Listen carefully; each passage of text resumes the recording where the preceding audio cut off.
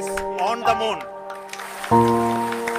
तो finally successfully चंदा मामा के पास पहुंचने के बाद अब हमारे देश के वैज्ञानिकों का अगला गोल है सूर्य चाचा के पास जाना। लेकिन चाचा जी तो हमेशा गुस्से में लाल रहते हैं, तो उनके पास जाना कैसे पॉसिबल होगा। आपके मन में भी बहुत ही ऐसी सवाल आ रहे होंगे कि आखिर यहाँ गर्मी में निकलना मुश्किल हो जाता है और हमारे साइंटिस्ट सूर्य मिशन की बात कर रहे हैं, आखिर कैसे पॉसिबल होगा ये सब। क्या सच में सूर्य पर जाएंगे या नहीं, और कैसे काम करेगा ये मिशन, और सबसे इम्पोर्टेंट क्वेश्चन, इस मिशन को करके हमें फायदा क्या होगा। तो चलिए जानते हैं और शुरू करते हैं इस वीडियो को।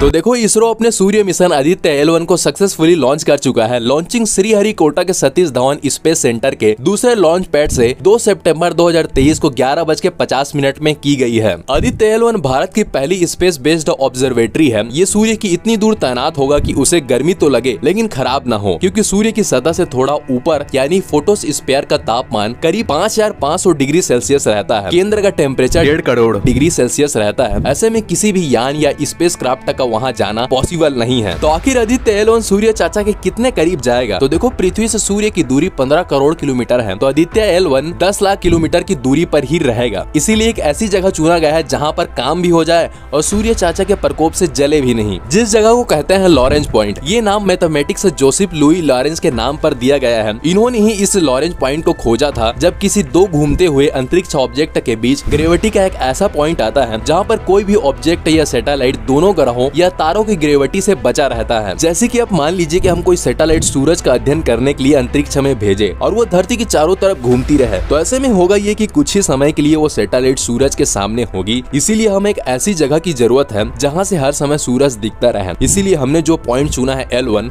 वहाँ से सूरज हर समय दिखता है और निरंतर उस निगरानी की जा सकती है। इस सैटेलाइट को इसीलिए L1 पॉइंट में स्थापित किया जाएगा। तो देखो, इसे और अच्छे से समझने के लिए धरती का अपना गुरुत्वाकर्षण बल है और सूरज का अपना। ऐसे में अगर किसी भी पॉइंट पर आदित्य स्पेस क्राफ्ट को रखा जाएगा तो कहीं धरती का गुरुत्वाकर्षण बल ज्यादा होगा तो वो स्पेस क्राफ्ट को अपनी ओर खींचेगा। इसी तरह कहीं सूरज का गुरुत्वाकर्षण बल ज्यादा होगा तो सैटेलाइट को अपनी तरफ खींचेगा। दोनों ही स्थिति में मिशन फेल हो जाएगा। इसीलिए L1 पॉइंट को चुना गया है जहाँ सूरज और धरती दोनों का ही गुरुत्वाकर्षण बल बराबर है और वहाँ इसे स्टैटिक पोजीशन में रखा जा सकता है। अब जब धरती सूर्य की परिक्रमा करेगी या उसके चारों तरफ घूमेगी तो उसके साथ ही आदित्य स्पेस क्राफ्ट भी अपने L1 पॉइंट पर घूमेगा, जिससे सूरज लगातार उसकी आंखों के सामने होगा और वो अपना स्टडी कर पाएगा। अब सबसे इम्पोर्टेंट सवाल ये है कि आखिर इस मिशन को करके हमें फायदा क्या होगा, क्योंकि कुछ चीज कर रहे हैं तो उसका फायदा तो होगा ना। तो हाँ, सूरज हमारा तारा है, उससे ही हमारे सौर मंडल को ऊर्जा मिलती है यानी एनर्जी मिलती है। इसकी उम्र 450 करोड़ साल मानी जाती है। बिना सौर ऊर्जा के धरती पर जीवन पॉसिबल नहीं है। सूर्य की ग्रेविटी की वजह से ही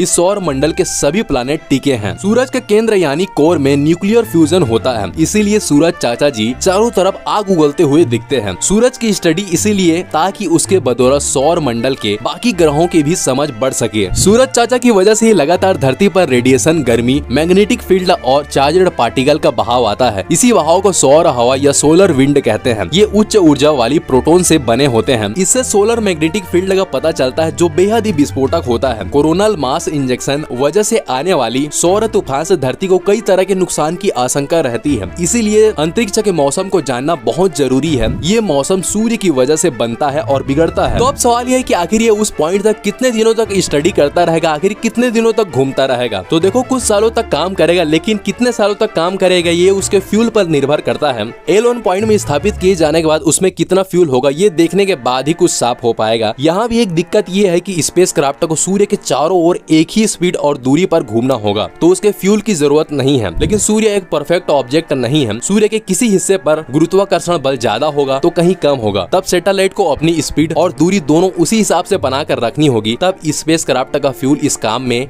लगेगा। जैसे कि मार्स ऑर्बिटर मिशन जब भेजा गया था तब हमारा अंदाजा था कि ये 1 साल काम करेगा, लेकिन आज 10 साल हो गए हैं और मंगलयान अब भी काम कर रहा है। सूर्ययान के बारे में हम मानकर चल रहे हैं कि 3 से 4 साल काम तो करेगा ही। तो हाँ, आई होप आपको ये वीडियो अच्छा लगा होगा। अगर आपको पसंद आया तो इस वीडियो को लाइक करना और ऐसी और वीडियोस मिस करना नहीं चाहते हो तो चैनल को सब्सक्राइब करके बेल आइकन को दबाना बिल्कुल मत भूलना। मिलते हैं किसी और वीडियो में, तब तक के लिए बाय बाय। जय हिंद, जय भारत।